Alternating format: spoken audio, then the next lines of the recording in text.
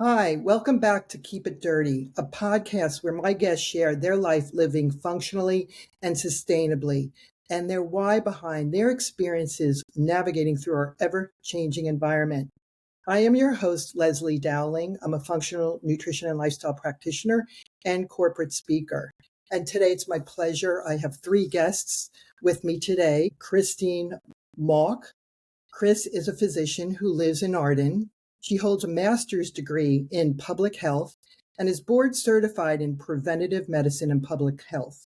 She graduated from the University of Michigan Medical School and spent the early part of her career seeing patients as a general practitioner.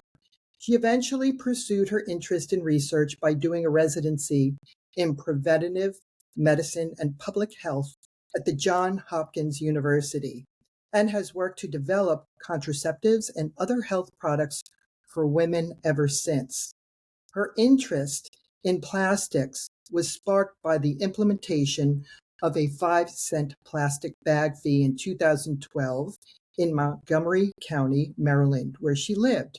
Since moving to the Asheville area in 2020, she has been active in Plastic Free WNC, a coalition of environmental groups, including Sierra Club, Mountain True, River Keepers, and others, and heads their microplastics and health group. This group has published a brochure on the health effects of plastics, as well as several letters to the editor of local papers, and has given talks on this subject. Their goal is to educate the public about the possible adverse effects of plastics and steps that can be taken to reduce these effects. We also have on our panel today Sue Connor. Sue started her nursing career over 40 years ago because of her love for helping people with their health. After a few years of mainstream medicine and witnessing patients relying on surgery and pharmaceuticals as a solution to the many chronic diseases present, she began to see how implementing lifestyle change was a much better and needed solution. She became a personal trainer, a medical exercise specialist, teaching exercise in classes for those with chronic health conditions. Seeing the need for nutrition guidance, she became certified as a nutrition coach and then became a functional nutrition and lifestyle practitioner. Recently, her love for Eastern medicine and Qigong, which Sue is currently going through her certifications as an instructor, as we all see, is all connected. The energy of nature, our physical bodies, our mental bodies, and spirit. Sue's love for nature brought her to learn more about environmental issues and the climate crisis. One of her passions is the impact of plastics on our environment and also how microplastics are affecting our health. She is part of two committees with Mountain True. One is Big Plastics and the Environment. The other is Microplastics and Health. Anna, Chris, and Sue work together on these projects. She is also part of the Climate Coaching Alliance. And without further ado, Anna also brought, she is, as Mountain's true French Broad River Keeper, Anna facilitates water quality monitoring in science and improvement programs in the French Broad River watershed. Prior to moving to WNC and working for Mountain True in 2014, she was a Peace Corps volunteer in rural Senegal and attained her undergraduate and graduate degrees at the University of Tennessee, Knoxville. Her love and interest in water began by running the trails along the Wolf River in Memphis, Tennessee, where she grew up. What started out as a love through recreation, her studies and times abroad routinely reinforced her passion for the complexities of water issues. Intimately aware of the impacts of water scarcity as well as water quality on community health, she decided to focus her graduate degree and career on water issues. Since coming to WNC, Anna has taken up kayaking and paddleboarding. She loves taking her dog Poppy down the river on her paddleboard. She still runs trails and makes a point to run the ones along the Wolf River where she goes back to Memphis. On any given weekend, she can be found hiking, biking, or paddling in and around the WNC. So thank you very much, ladies, for being here. Just such a pleasure with all of your accomplishments and passions. And I'd love to just go around the table and maybe start with Anna and really maybe speak into, what spurred your curiosity, or was this something as a child you were very passionate a bit about, and what basically has led to what you're doing today? Yeah, sure. So, kind of broadly speaking, I think I started to get interested in nature and especially water related stuff when I studied abroad. When I was in college, I studied in South Africa. And the first real big rainstorm we got, I got really sick. And it was the first time I ever thought to question what bad water quality could do to someone. And I think, yeah, my journey just kind of evolved from there. Learned taking classes on water issues and water resources. And then when I was in Senegal as a Peace Corps volunteer, a lot of my work there involved water scarcity issues. But specifically regarding plastic, so part of my job as French Broad River Keeper is to mitigate sources of pollution in the French Broad watershed, which is the major river that flows through Asheville. Its watershed spans 8 counties in North Carolina and lots of tributaries. We have a whole slew of different types of pollution sources that can and do come into the river at different places. And one of the ways we mitigate that and get folks excited about water quality and the French Broad specifically is through river cleanups. It's a really good way to get folks on the water, get them connected, kind of show them what water quality issues look like. And they can be a part of the physical process of helping ameliorate that. And there was a river cleanup we did, I don't know, maybe 7 years ago, 8 years ago on a tributary to the French Broad, that the amount of plastic we pulled out that day just really kicked me in the gut. Like, why are we pulling all this stuff out? And it's the single-use plastics are the things we pull out of the river the most during river cleanups. But there was something about that day that felt different. It was like a wake-up call. Like, how do we fix this? What do we do to keep this stuff from coming in our waterways? And that was when I really started doing the research into why there's so much plastic and why it keeps coming into our waterway. And I started to realize like the complexity of the plastic issue. It is definitely a litter problem, but it's a lot more than that.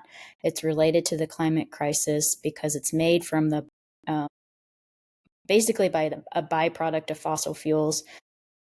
It's an environmental justice issue based on where it gets littered and where it gets manufactured. And then Chris and Sue can talk more specifically about health impacts. But this stuff it does not biodegrade. Plastics do not biodegrade. So whatever we have produced so far is still with us. Everything we produce going forward will be with us. And so, the more I researched and kind of looked into this, I wanted to make a change for us in our community. And that's kind of evolved over the last 7 years. And I picked up Chris and Sue along the way, and I'm so grateful for them and their involvement and support in this effort. And we've done a lot of things in that amount of time. And I do think it's a bit of a learning curve, like we pushed really hard for one thing and couldn't get it, started pushing it in another way and got kind of stymied by Hurricane Helene last year. And so like we're ever evolving. But I do think educating folks about the importance of this particular issue is really vital at this point in time. Plastics production is skyrocketing year over year, and there's plans to make it exponentially bigger than it already is. And so the more people that realize that it's an issue, and it's an issue that can be fixed. These single-use plastics are things we use for a few minutes before we throw them out, either in the recycling or in the trash can. And are they convenient? Yes. Like, they're definitely convenient, but are they necessary? No, oftentimes they're not. And so there are alternatives, and it's a matter of educating people to think about what they're using and how it's packaged and how they carry it in their lives. And once they start questioning it, they can start making linkages to behavior change. And so that's kind of like what our group is goal is doing right now. And I feel like I rambled quite a bit. So sorry for if I took extra time than you meant, but No, absolutely not. I just had a quick question. So, my brain is always like run, run, run, run, go, go, go. Next month, I'm going to be speaking on career day to the high school, local high school.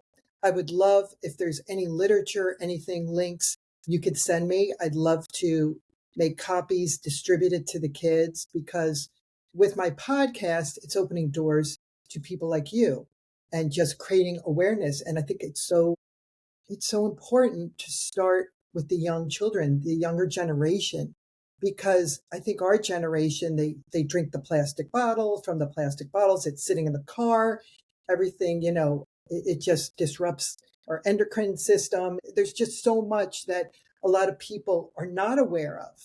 And so I'm just curious for anybody, and then we'll go around. I'm sorry, but are you getting into the schools and creating more awareness for the kids to be excited to get involved? we have relationships with some of the colleges in our area as well as some high school students.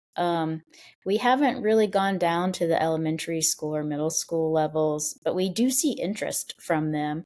So a few years ago, we were doing kind of local policy. We're pushing for a local ordinance on single-use plastic shopping bags. And, we went to county commission meetings and city council meetings, and we saw a lot of kids come and want to speak. And I was so proud of them, going up to a microphone in front of a room of people who seem important and are important. That's really scary, but they showed up and supported us. And I think you're right. I think it's really important to get kids engaged early on so that they know not only about this issue, but they know how the civic process works, and they can be leaders in the future. Yeah, absolutely. So We're destined to give a talk to a class in Asheville High School. So Nice. I'm hoping the beginning of many things like that. And then also to answer your question about whether there's any literature that you could bring, we do have the brochure about the health effects of microplastics. I'm not sure if that fits in a career day, but absolutely. I can volunteer Anna to get you copies. I would love that. Love, love, love that. And Chris, while we're speaking, maybe you could give a little bit about share about your passion, and especially, my concern is the microplastics, the toxins, and that is laying dormant and it's in our bodies and especially with the younger generation trying to start families and not understanding like you got to for several months detox your body and rid yourself of the environment that this baby is going to be brought out to this world before it even gets there. There's, I mean, how many? Dr. Mark Hyman said hundreds of, it's like a toxic environment in the womb. Anyway, I'll get off of that for a minute and I'd love to hear from you. I've been interested in the environment since high school, which was a very long time ago. But I did get interested in plastics, as you said during my bio, about 10 years ago when they put a fee on plastic bans where I was living at the time. And when I moved here, which was 5 years ago, I just went on the websites at Plastic Free WNC and the Mountain True and Riverkeepers, a few websites. And the way I got involved with Anna is I ran across an article that talked about the size of the health impacts of microplastics and compared it to the GDP or gave it as a percentage of the GDP nationally. And I forget now what the figure was, but it was something like 1 or 2%. It was huge that they could attribute to plastic exposure. And I sent it to Anne. I said, would your group be interested in this paper if you haven't seen it already? And she said, oh, yes. And by the way, there's this group that I had. There actually were three. There was a group that dealt with microplastics in health, another one that dealt with, I think, was it legislature or microplastics in Yeah, it was health? like politics and advocacy, and then a business group. A business group. Yes, there were three groups that Anna was heading as she was in charge of this as kind of an umbrella person. And she connected me to the microplastics in health one that I ended up heading. So that's how I got involved in all of this. But to talk to what you were mentioning about the effect on infants in the womb, it's clear that microplastics can cross the placenta. The biggest concern is the so-called nanoplastics, which are the ones that are smaller than 1 nanometer, smaller than a human hair. And because they're so small, they can cross into the placenta, they can cross the GI tract, they can cross the lung, they can cross the blood-brain barrier and get into various body systems. And in terms of infants, there was one study that looked at, I think it's 43 pregnant women, and looked at their amniotic fluid. And some of the women had growth restriction and some of the women didn't. And among the women who had growth restriction of their fetuses, microplastics were found in all of the placentas of that group. It was 13. And then of the 30 who didn't have growth restriction, microplastics were found in only 3. So you can't say that association equates causality. So you can't say for sure that the microplastics cause the problem, but we're seeing more and more associations as we look for them. And so it's looking fairly clear that there are adverse effects. In this area, in 2014, there were 20 papers published in the medical literature on microplastics. Last year, there were 6,000. So there's a lot of medical research going on in this area.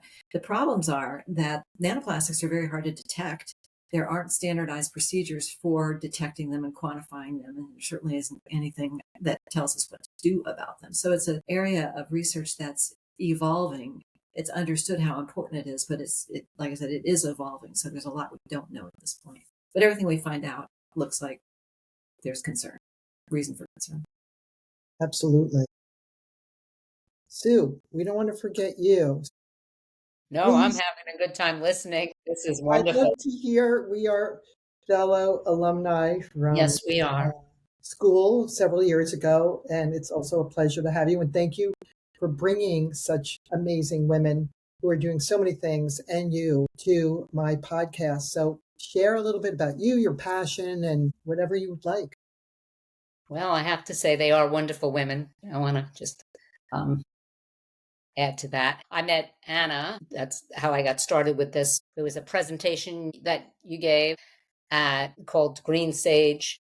It's a nice, environmentally friendly restaurant here in Asheville. And I just loved what she had to say. And the group that was there was probably 10 of us, I guess, were all interested, of course, in plastics. It was just ended up being a really great conversation. And then I asked Anna, well, are there any groups that I could get involved in? And she's like, well, microplastics and health. And I'm like, well, that's right up my alley. So I joined that group. And at the time, Anna, you were in charge, and then Chris took over, and it's been great. We've really done a lot, as each of them have said. Yeah, I mean, my love just for the environment has just grown and grown throughout the years. I've always been a nature lover, camper, and all of that. We want to protect Mother Earth. We don't want to destroy this earth, and the plastics are part of it. There's, of course, more to it than that too, and the microplastics and what they're doing to our health is really just frightening. And that's what we all need to do, is to educate others. And that's what our main goal is in that microplastics and health, is to get people to understand that you can't be, like you said, about putting plastics and leaving them in the car, and then drinking the water. And like I was saying, I used to put half a bottle of water in the freezer, and then I'd, add to it, and there'd be nice ice cold water, and I'd use it over and over again. We didn't know any better. And that's why, and still I see so many people drinking out of plastic bottles, and you're just like, maybe if they understood, they might say, okay, I'm going to get myself a water bottle and put water into it. Yeah. So do you see that there's resistance in society? Do you see, I think sometimes having 3 sons that are all Gen Zs, they're so much more educated in the fact that all they have to do is Google things, which we didn't have years ago. And they are passionate about Mother Earth, and they're into recycling, repurposing. My youngest, who's 18, goes to Goodwill because he doesn't want to buy, he doesn't want to go into a retail store. He wants things that, he is creative in his ways to repurpose things. So, how do we really spread that awareness? I guess through the groups and organizations. But what are your thoughts and feelings? You see, like down south in the Carolinas, they're more apt to be on board compared to other areas. Especially you're from the northern region, right, Sue? So Mm-hmm. curious what your thoughts are or any shares that you'd like to bring to the forefront while we're discussing an important topic. I don't know. I think it's all, there's some areas up north, I think, that are more advanced in their thinking, maybe, than here in the South or going into Florida. But I think it kind of is sporadic because I think Asheville is a place that is very aware. Most people are aware and are trying to change things, change their behaviors. But then there's other parts of North Carolina that no, they're not. And so I think it's kind of sporadic. I don't know throughout the country. I don't know how Anna and Chris feel. I think what I would say is like, so the plastics problem it doesn't have one solution. Chris and I presented the other night, and how I like to talk about it, it's a yes and solution. So yes, people should think about their consumption patterns and think about alternative materials as they can and as they can afford what those alternatives are. But also, we need policy change. So we need systemic change across the board. We need to produce less plastic, period. And the way that that's going to happen is through policy. And so we need, like, our elected officials to realize that this is an important issue. We're going to see chronic health impacts from the presence of microplastics. And I know I'm not supposed to say causality, but I will, because at this point, I don't know what anything else that could be impacting people this way. Yeah, we need political energy behind this to make systemic change. And in kind of my research over the years, for several years, we were pushing for local policy. And there are several towns and counties in South Carolina, our neighbor, who have passed local ordinances restricting single-use plastic items. And talking with the business owners that enacted that change, they all told me that it was not a big deal. They all said they thought it would be a big deal before it actually happened, but then the law went into effect, and on the ground afterwards, people just adapted to it. So, I think people are afraid of change because it's different and scary and out of the norm. But when it happens on the ground, it's really not that big of a deal. So, the solution in my mind to helping curb the tide on plastic waste and the health impacts that come from it is, yes, let's all do our part, as we can and where we can, but we really need political power behind this. Yeah, I agree. There's always the phrase reduce, reuse, recycle, which is kind of gets to what you were saying, Leslie, about your son. Recycle is the thing that's probably least effective. Only about 10% of all plastics produced are recycled. Probably a higher percent of plastics that are intended to be recycled are recycled, but 10% of all plastics are recycled. So that's not going to solve the problem. Recycling creates its own pollution, and it's costly and it's difficult because it's difficult to separate the initial fossil fuel components from all the additives that were added to the plastic in the first place. So there's recycle, there's reuse, which you mentioned, which is also a good thing to repurpose some of these things. But the main thing that has to happen is reduce. So production of plastics has to be reduced. And that can be done, as Anna said, two ways. One is policy changes, which is very effective, but a little bit difficult at the moment. The other is individual action, which means particularly getting rid of single-use plastics, not using them. Single-use plastics account for 40% of plastic production and 60% of plastic waste. So if everybody magically could stop using single-use plastics, it would have a huge, huge effect. And it's not that hard. It's mostly bottles and plastic bags. It's also things like straws, cutlery, takeout containers, things like that, things that are easy to stop using. So that's the word that we really want to get out, is to have people stop using those things. And then the impact will be less demand, less effect on the environment, less effect on human health. So it's not that difficult to do what has to be done at an individual level. And then also you can write your Congress people and try to get them to push certain initiatives that are actually in the works. There's one at the federal level called the Microplastics Safety Act. that was introduced in July of this year by both Democrats and Republicans in both houses of Congress, which is amazing and very encouraging to me. But at the moment, it's been referred to the House Committee on Energy and Commerce, and I don't know what's going to happen after that. In North Carolina, there's a Microplastics Study Act that was introduced in April of this year by Democrats, and it would direct the North Carolina Collaboratory Funding Agency to study the negative impacts of plastics in North Carolina waters. And that one's been referred to the Committee on Appropriations, and I don't know what's going to happen after that. There was also the Break Free from Plastic Pollution Act of 2023, which was aiming to reduce plastic pollution by creating something called an extended producer responsibility policy, which would hold manufacturers responsible for their plastic products and what happens to them after they're used. That was introduced. It didn't receive a vote. I don't quite understand how that works, but its provisions could become law if it gets incorporated into another bill. So there are things happening at the policy level, and we need to encourage our legislators to push those things along, as well as not using plastic bags and bottles.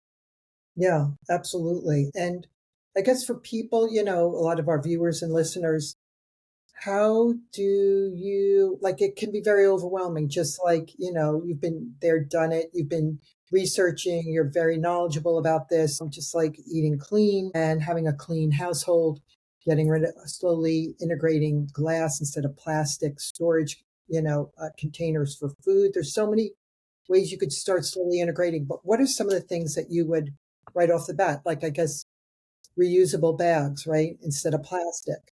People went going to the supermarket in New Jersey, they have banned that. So you have to buy for, like, I don't know, $1 reusable bags, or you bring your own. Still in Pennsylvania, they give out plastic bags like there's no tomorrow. So what are certain things that we could do to start this journey? One thing I think that we have to say, and I think we talked about this, is just you don't have to do everything. And that, I think, if you say to people, you got to stop using plastic, like it's just gonna overwhelm them. So it has to be like step by step. Just do one thing. Like the neighbors across the street, they weren't recycling at all. And I really was going to go over to them and just say, why, for one, what's your reason for not? And then then I was like, okay, maybe I just could go over there and say, like, can you just start with plastic bottles? Like, but all of a sudden they started recycling, and I'm like, thank you. Like, but I don't know what they're recycling, and I don't care. I mean, the fact that they're trying to do something, like, and I think that's what it is. I think that's how we have to approach it, is that don't scare people off. Like, you don't want to be negative either. You just have to take it. Yeah. Yeah, the truth of it is too, like plastic is cheap, and it's cheap on purpose. So, the alternatives can be a little bit more expensive, which makes kind of drastic change hard to do. So I really like what Sue is saying, like you can take one thing at a time as you can, and it'll make a difference, in the long run. We need less demand overall. So we need to signal the producers that we don't want to deal with this waste anymore. Quit forcing it on us. Yeah, that's a good point. Yeah, the average American uses 365 plastic grocery bags a year. And in Denmark, where I don't know exactly what they've done, but it's down to 4 per year. So they have been able to reduce their individual use by that factor. There is an argument about the carbon footprint of reusable bags. They can either be made out of unwoven polypropylene, I think, or cotton. And the cotton ones in particular have a fairly large carbon footprint. I read that it's 131 times the carbon footprint of a so-called disposable plastic bag, but they're bigger. So if you put twice as much in a cotton bag, you're equating that with 2 of the disposable bags, which knocks it down to like 65. And if you go shopping once a week with that bag, in a year, you've done it 52 times. So you're close to equating all those plastic bags that you would have used. So there is a carbon footprint argument for all of this, for stainless steel bottles also. But the point is, by continuing to use it and not using the single-use stuff anymore, you will eventually come out ahead as far as carbon footprint goes. Interesting. Yeah. And I just had a quick question for you, Chris, is, with the nanoplastics, and that we're finding that in our bloodstream, and there's all this research now just saying that is so difficult to, even if you try to detox yourself, it's like once it hits and goes into different barriers or your brain barrier or in, I'm assuming it's seeping into our organs and everything. Like what do you do? I think like it was either Dr. Mark Hyman or somebody saying that there's this groundbreaking research that it takes a while, but you can rid yourself of that. I mean, but then we are getting hit on so many different levels. How do you can't live in a Yeah. There is some evidence that you can reduce the amount of microplastics in your system by reducing your exposure. okay. There was a study in brains of dead people, and they looked at the brains across a time span from 2016 to 2024, and they did find that over that period of time, the amount of plastic in the brains increased by 50%.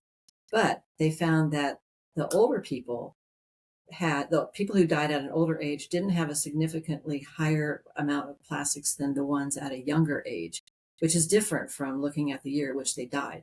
And they took that as evidence that it's possible that there is clearance of microplastics that happens.